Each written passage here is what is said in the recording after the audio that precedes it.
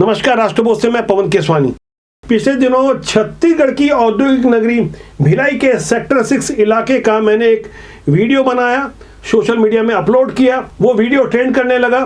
सुबह से लोग मुझे फोन करने लगे और उस वीडियो की हकीकत जानने के बाद लोग हैरान थे।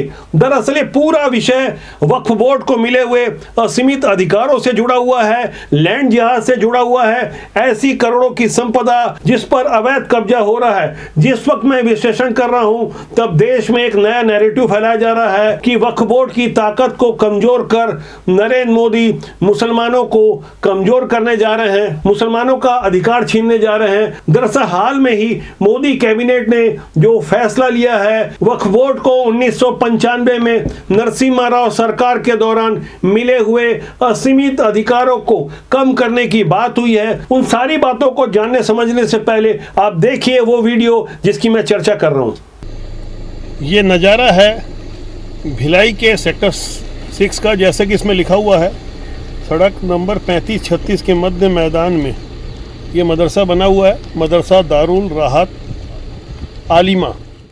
आगे मैं नज़दीक से आपको कुछ और दिखा रहा हूँ। ये हाल में ही ताज़ा निर्माण हुआ है। जिस तरह की जालियाँ यहाँ लगाई गई है आप देख रहे होंगे, इसमें अभी ताज़ा प्लास्टर हुआ है। कंडम मकान है। कंडम मकान के सामने आपको ये हरा गुंबद भी नज़र आ रहा होगा। बाकी अब आपको सब कुछ समझ में आ रहा होगा कि ये चल क्या रहा है यहाँ पे। ये कंडम मकान साफ तौर पे पीछे दिख रहा होगा, बीएसपी की बिल्डिंग है और इस बिल्डिंग के ठीक सामने इस तरह का हरा गुंबद। क्या नज़ारा है, ये किसने बनाया होगा, क्यों बनाया होगा, आपको सब कुछ समझ में आ रहा होगा।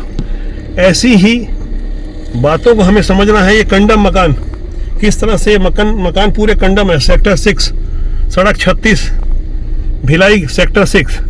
जैसा कि मैं ये बताने की कोशिश कर रहा हूँ, आप भी समझ रहे होंगे, ये केंद्र सरकार की संपत्ति है। भिलाई स्टील प्लांट के प्रबंधन और शासन, राज्य शासन को, नगर निगम को चाहिए कि ऐसे लोगों को रोकें, उनकी मानसिकता को समझें। ऐसे संदिग्ध आचरण के लोग कौन हो सकते हैं, कैसी जिहादी मानसिकता हो सकती है, या कौन से संदिग्ध आचरण हो सकते हैं जो कंडम मकान को भी नहीं छोड़ रहे हैं। इस तरह के निर्माण करने के पीछे क्या मंशा है, खूबसूरत टाउनशिप को कौन बर्बाद करने की कोशिश कर रहा है। हमें न केवल भिलाई बल्कि पूरे समाज को बचाना है, देश को बचाना है। हो सकता है थोड़ी बहुत हैरानी हुई होगी आपको। मैं थोड़ी बहुत इसलिए कह रहा हूं क्योंकि आमतौर पर ऐसा ही नज़ारा देखने को मिल रहा है। जिस पर वक्फ बोर्ड उंगली रख देता है वो संपत्ति उसकी हो जाती है। हमारे देश में सेकुलरिज्म के नाम पर जिस तरह से वक्फ बोर्ड के माध्यम से मुस्लिम तुष्टीकरण हो रहा है, उसे देश की जागरूक जनता भी समझ रही है और वो गरीब मुसलमान भी समझ रहा है, जिनके नाम पर वक्फ बोर्ड देश में असीमित संपदा इकट्ठी करते जा रहा है, सही अर्थों में लूटता जा रहा है। रेलवे और सेना के बाद तीसरी बड़ी संख्या में सबसे ज्यादा जमीनें इसी वक्फ बोर्ड के बाद 1995 के बाद से मिलनी शुरू हुई। असीमित अधिकार 1995 में ही मिल गए थे, लेकिन उसमें भी कुछ कमी रह गई थी। तो मनमोहन सिंह सरकार के समय 2013 में वो कमी भी पूरी कर दी गई। ये कैसा सेकुलरिज्म है, सिर्फ एक मजहब के लोगों को तुष्टीकरण करने के लिए, वोट बैंक के लिए वक्फ बोर्ड के माध्यम से ऐसी चाल चली जा रही है मानो पूरे देश में ही वक्फ बोर्ड का कब्जा हो जाएगा। खुद को मुसलमानों का असली मसीहा बताने की होड़ में राजनीतिक दल जिस तरह से छाती पीटते हैं, जो कानून नहीं बनता है उसके लिए भी नैरेटिव फैलाया जाता है। जैसे सीए का कानून, उसका देश के मुसलमानों से कोई लेना देना नहीं था। एनआरसी कानून जो लागू ही नहीं हुआ, उसके लिए भी खूब हो हल्ला हुआ। और अब वक्फ बोर्ड का वो संशोधन जो अभी तक सार्वजनिक नहीं हुआ है, उसे लेकर राजनीतिक दलों के बयान भी सामने आने लग गए हैं। ऐसे मौका पर नेताओं के हैरान करने वाले बयान को भी हम सुनेंगे। लेकिन उससे पहले 14 नवंबर 2022 को मेरी एक रिपोर्ट, जिसमें हमने बताया था छत्तीसगढ़ के आधे दुर्ग शहर पर किस तरह से वक्फ बोर्ड कब्जा करने जा रहा है। तारीख थी 14 नवंबर 2022, वही 14 नवंबर जिस दिन हमारे देश के पहले प्रधानमंत्री का जन्म हुआ था। वही नेहरू जी जिन्होंने वक्फ बोर्ड बनवाया, ऐसे असीमित अधिकारों वाला वक्फ बोर्ड जो मुस्लिम देशों में भी नहीं है। वक्फ क्या है और किस तरह से संपत्तियों पर कब्जा करता है, उसे समझने से पहले देखिए मेरी वो 14 नवंबर 2022 की रिपोर्ट।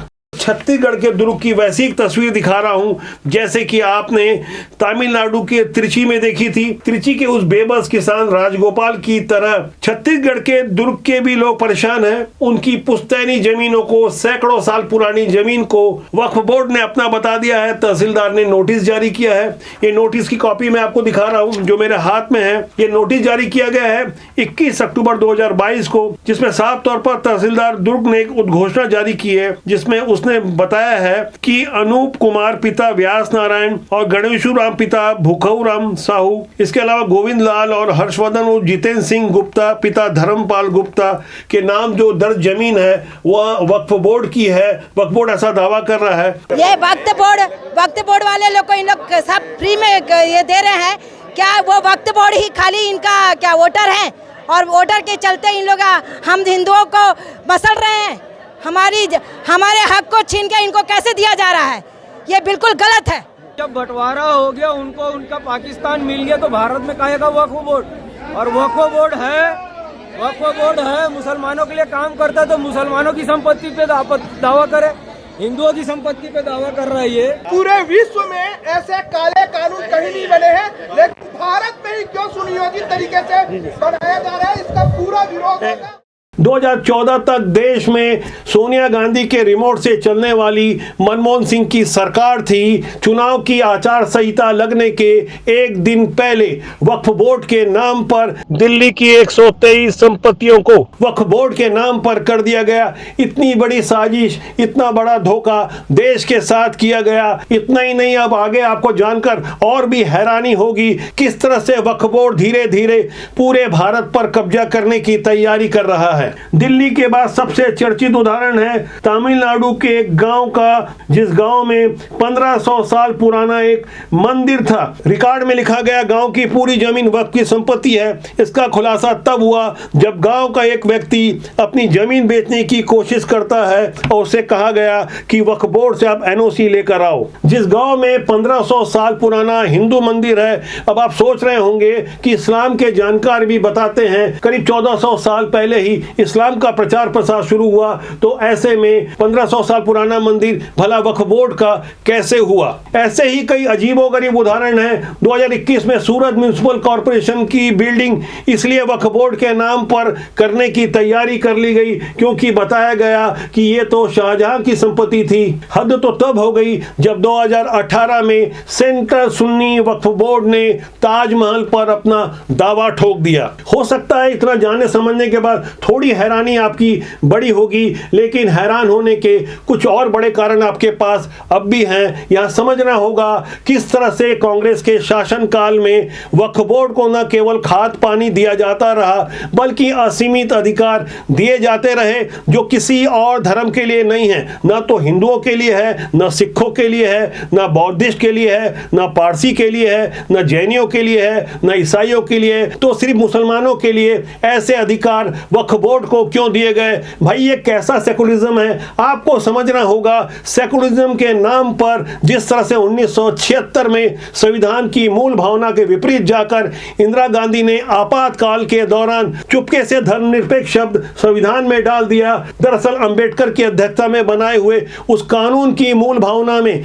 कहीं भी धर्मनिरपेक्ष शब्द था ही नहीं। जब समूचा विपक्ष और मीडिया जेल में था तब यह शब्द सेकुलरिज्म का डाला गया। धर्मनिरपेक्ष का असल अर्थ क्या होता है इसे आप गूगल कर समझ सकते हैं, लेकिन समझना होगा कि वक्फ बोर्ड किन दो तरीकों से भारत की लाखों एकड़ जमीन अजगर की तरह निकलता जा रहा है। पहला तरीका है वक्फ अल औलाद। यह पहला तरीका है। इसका मतलब होता है जो संपत्ति आपने अर्जित की है उसके कागजात आपके पास हैं और आपने अपने धर्म के नाम पर, अल्लाह के नाम पर वो जमीन दे दी है, उसे वक्फ अल औलाद कहते हैं। दूसरा तरीका है वक्फ बाय यूजर। इसी दूसरे तरीके को सबसे ज्यादा खाद पानी देकर मजबूत किया गया 1995 में नरसिम्हा राव की कांग्रेस नीति सरकार ने। वक्फ बाय यूजर के अंतर्गत भले ही आपके पास संपत्ति के कागजात नहीं हो, लेकिन वक्फ बोर्ड जिसे मिले असीमित अधिकारों के अंतर्गत यदि वो मान ले, ऐसा सोच ले कि वो संपदा उसकी है तो वो उसकी हो जाती है। यह कोई कोरा आरोप नहीं है बल्कि सबूत है। जिस तरह से संपत्ति के आंकड़े में आपको आगे बताऊंगा उससे आपको यकीन हो जाएगा जाएगा बीते 15 सालों में किस तरह से भारत की सबसे तीसरी बड़ी संपत्ति ताकत वाला वक्फ बोर्ड बन चुका है, जो देश की बर्बादी का कारण बन सकता है। 2013 में सोनिया गांधी की अध्यक्षता वाली यूपीए और मनमोहन सिंह के नाम वाली सरकार ने वक्फ एक्ट के सेक्शन 6 में बदलाव कर दिया था और यह फ्रीडम दे दिया गया था यदि गैर मुस्लिम की जमीन वक्फ बोर्ड के सर्वे में आती है तो उसके वक्फ के ट्रिब्यूनल में ही चैलेंज करना पड़ेगा। मतलब नॉन मुस्लिम की जमीन भी अगर आ गई वक्फ के सर्वे में तो वह वक्फ की मान ली जाएगी। पीड़ित व्यक्ति वक्फ के ट्रिब्यूनल में जाएगा और उसे साबित करना पड़ेगा कि यह जमीन वक्फ की नहीं है। पीड़ित व्यक्ति उस ट्रिब्यूनल में जाएगा जिससे 2013 में मनमोहन सिंह की सरकार ने खाद पानी दिया। इस ट्रिब्यूनल में अनिवार्य रूप से एक इस्लाम का जानकार भी होगा। अब तो आपको बहुत हैरानी होगी, क्या कभी आपने सुना है कि किसी ट्रिब्यूनल में किसी धर्म विशेष के व्यक्ति को नामजद कर बिठाया जाए, किसी हिंदू को, किसी पारसी को, किसी जैनी को, किसी बौद्धिस्ट को, किसी सिख को, किसी ईसाई को, क्या ऐसा बोलकर उसका संप्रदाय बताकर बिठाया जाता है? ऐसा उस सेकुलर भारत में हो रहा है जिसे सेकुलर बनाया इंदिरा गांधी ने, वक्फ बोर्ड बनाया, नेहरू ने खाद पानी देने का काम किया, नरसिम्हा राव और मनमोहन सिंह की सरकारों ने।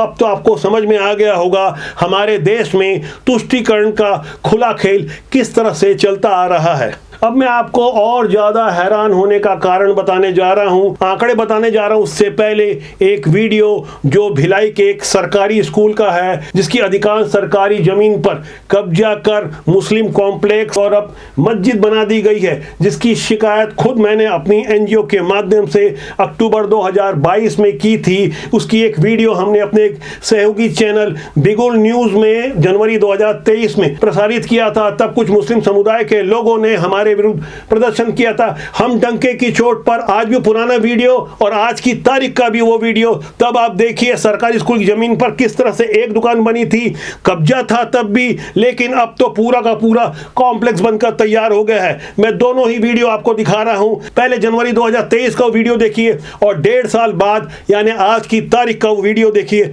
उसके बाद आपको यकीन हो जाएगा कि आखिर चल क्या रहा है, किस तरह से वक्फ की साजिश चल रही है, वक्फ किस तरह मजहब के नाम पर देश के साथ खुली गद्दारी और खुली साजिश कर रहा है। ऊपर जिस वीडियो को आप अपनी स्क्रीन में देख रहे हैं, गौर से इस वीडियो को देखिए किस तरह से ये सामने आपको स्कूल भी नजर आ रहा होगा। स्कूल के आगे शटर लगे हुए हैं, अभी एक दुकान बनी है, दूसरी की तैयारी हो रही थी। इस सरकारी इमारत पर, इसकी अधिकांश जमीन पर मुस्लिम समुदाय का कब्जा हो चुका है। सरकारी रिकॉर्ड और दस्तावेज हमारे पास उपलब्ध हैं। इस अवैध कब्जे को हटाने का 2014 में ही आदेश हो चुका था, लेकिन ऐसा हुआ नहीं। अब मैं आपको ताजा तस्वीर दिखा रहा हूं, एक बार फिर गौर से आप इस तस्वीर को देखिए। ये तस्वीर आज की तारीख की है। तब मैंने आपको 1.5 साल पुरानी तस्वीर दिखाई थी, पुराना वीडियो दिखाया था। 1.5 साल बाद कैसे सूरत बदल चुकी है आप इसे गौर से देखिए। छत्तीसगढ़ में तब भूपेश बघेल की सरकार थी। अभी 6-7 महीना पहले ये पूरा कॉम्प्लेक्स बनकर तैयार हुआ है। जब हमने बिगुल न्यूज में इस वीडियो को जनवरी 2023 में दिखाया था तब पुलिस पर दबाव बनाया गया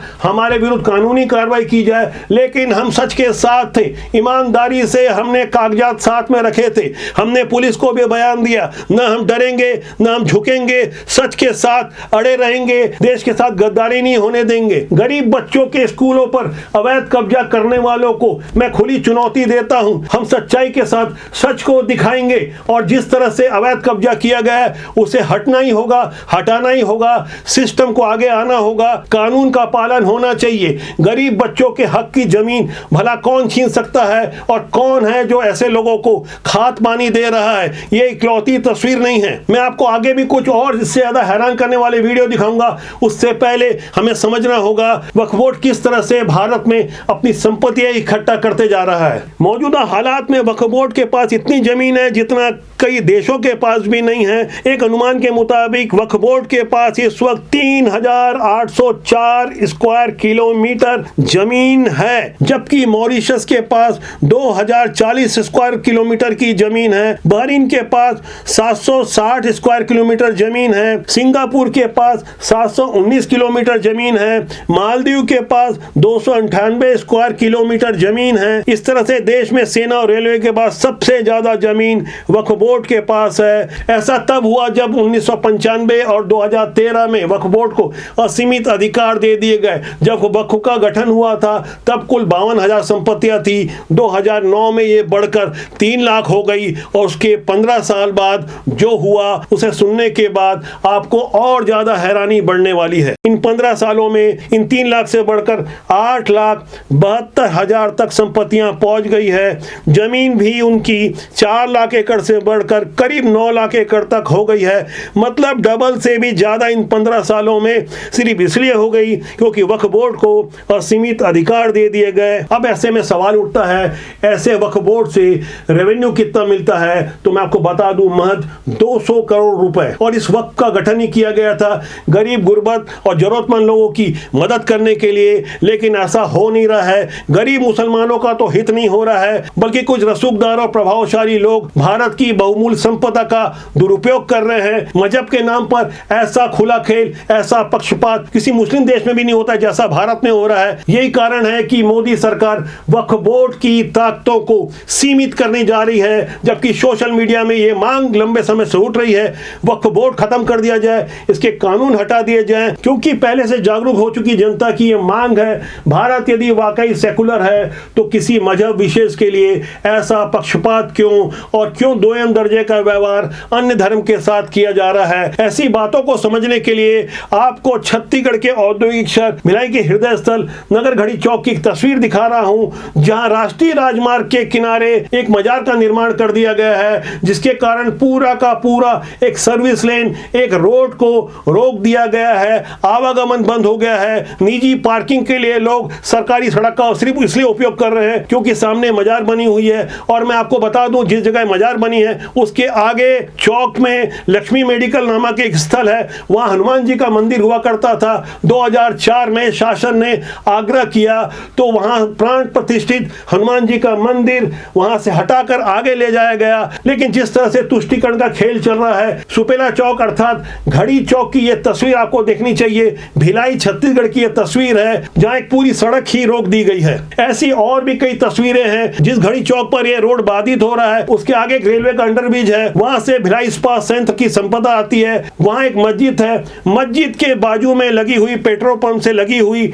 एक खाली जमीन पर धीरे धीरे इसी कब्जे का खेल शुरू हो गया है, जहां आने वाले दिनों में हो सकता है वक्फ बोर्ड अपना दावा कर दे, ठीक वैसे ही जैसे आधे दुरुक शहर पर कब्जे की तैयारी हो चुकी थी। इस तस्वीर को भी आप देखिए और समझने की कोशिश कीजिए। आखिर भारत धर्मनिरपेक्ष है तो कानून सबके लिए बराबर होना चाहिए, सभी धर्मों का सम्मान होना चाहिए। किसी एक मजहब या धर्म के लिए अलग कानून और दूसरे के लिए अलग कानून, यह भला कैसे संभव हो सकता है? राष्ट्रबोध आपका अपना जनमंच है, यह प्रश्न मैं आपके लिए छोड़े जा रहा हूं। आप कमेंट सेक्शन में जाके जरूर लिखिएगा। आपसे मिले हुए सभी जवाबों को हम सिस्टम तक पहुंचाने की कोशिश करेंगे। तो आज के लिए इतना ही। मेरा आपसे आग्रह है कि आप राष्ट्रबोध को देखें, लाइक करें, शेयर करें और सब्सक्राइब करना ना भूलें, जिससे आपको और हमारा साथ लंबे समय तक बना रहे। नमस्कार।